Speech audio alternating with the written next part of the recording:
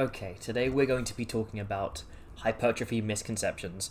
Now we're going to use balloons as analogies. I think it's pretty cool. We'll definitely have to see how it goes, and we've got a lot of things to cover. Now the first thing I want to cover is something that a lot of people get confused, and that's the idea of being stronger to provide a better stimulus. This is our muscle, and we need to kind of create a baseline. So we're going to find out how big this can get really.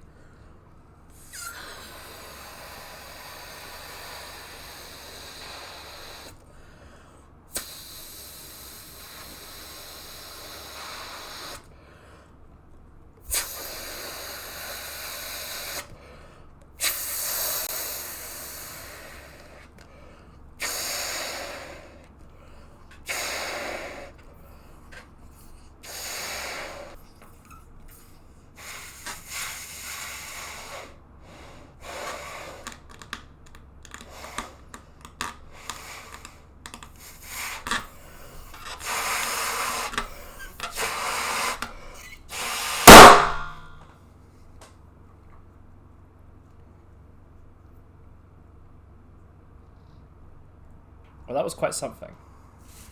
I've got a balloon on my desk. We're going to go nowhere near to that. That was a bit too much, so that is not going to be what we consider as our maximum potential.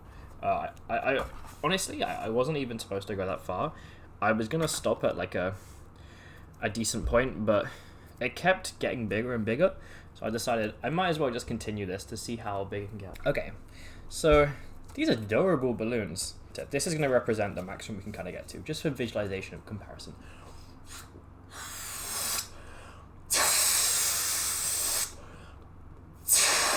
So this is kind of our maximum, right?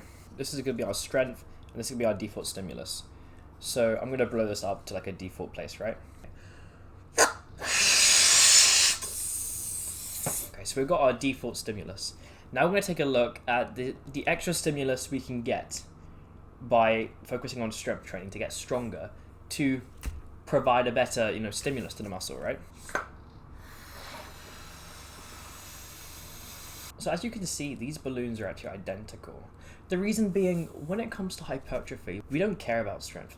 If anything, if you wanted to prolong your energy and your growth without putting a lot on on the bar, you'd actually want to not really care about strength, and it's an afterthought. It's something that happens and you have to accommodate for it. But improving your strength is not going to somehow magically provide a better stimulus. All it's going to do is mean you have to use more weight. That's the only thing. So anyone who says get stronger and you'll get better hypertrophy overall just doesn't really know what they're talking about. Okay, so the next thing we're going to be talking about is time under tension.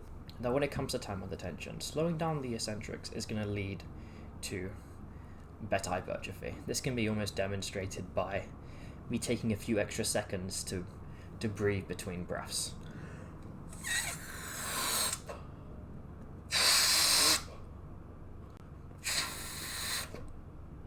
And let's say this is my potential.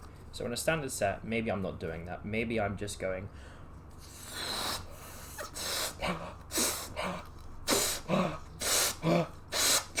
And this one's slightly smaller. For whatever reason, the eccentric portion, which we can pretend to be that inhale, when you slow that down, when you prolong that amount of time, you're leading to better hypertrophy and strength gains.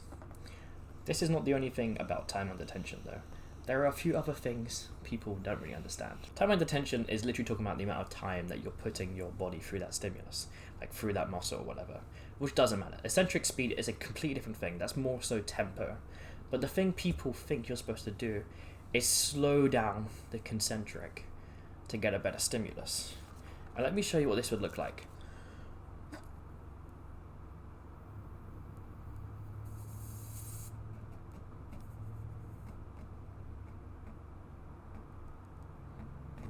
See, I'm out of breath. This is my limit, right? That's how much my lungs can handle, the muscle. That's how much we're giving to it, because I have to do it slowly. Now let's take a look at this. And my muscles failed here, remember? But let's see what it's like if I just do an explosive as fast as a concentric as possible. And that's the goal for hypertrophy training, if you want to get as much as you can.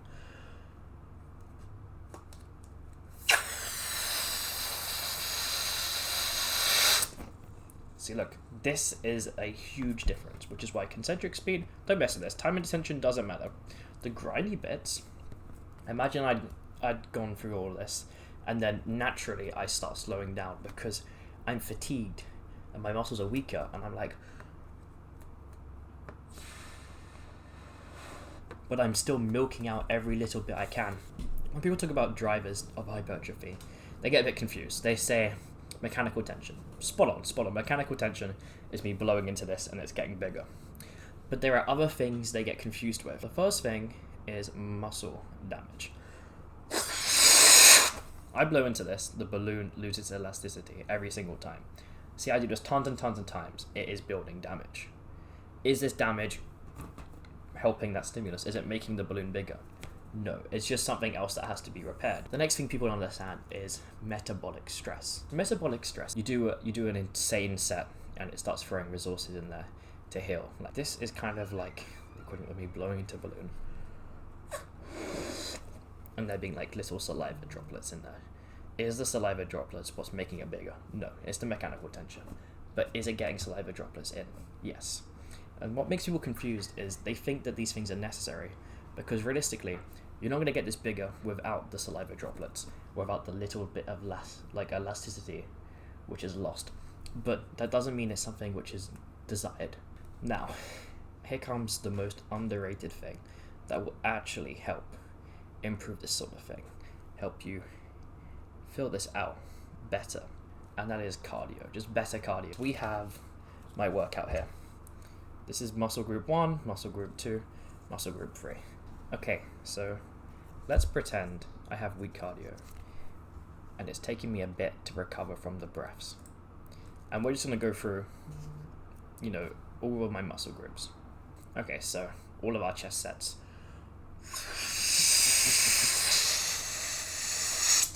Cool, now we have to move on to triceps.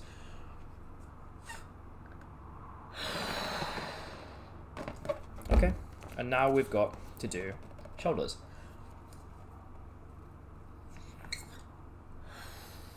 Now my cardio was kind of weak, so for our first muscle group, we got like a ton of stimulus, but then we weren't really recovered. There was CNS fatigue, our respiratory system.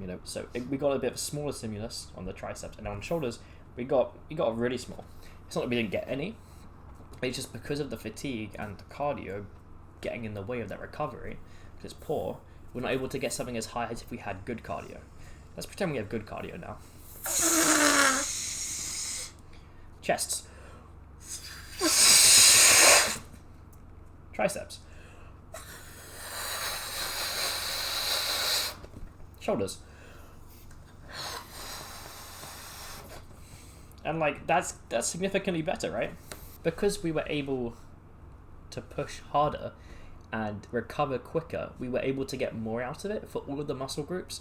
And also within chest, we were able to get that better stimulus because throughout those sets our work capacity is higher and we're getting more out of it. So yeah, I hope that kind of explains some misconceptions and maybe it redefined how your mind handles this sort of thing. If you want to start working on your physique, I'd recommend watching my video here. It's going to educate you to a level where you're not falling for misconceptions and you're getting it from someone who knows what they're talking about.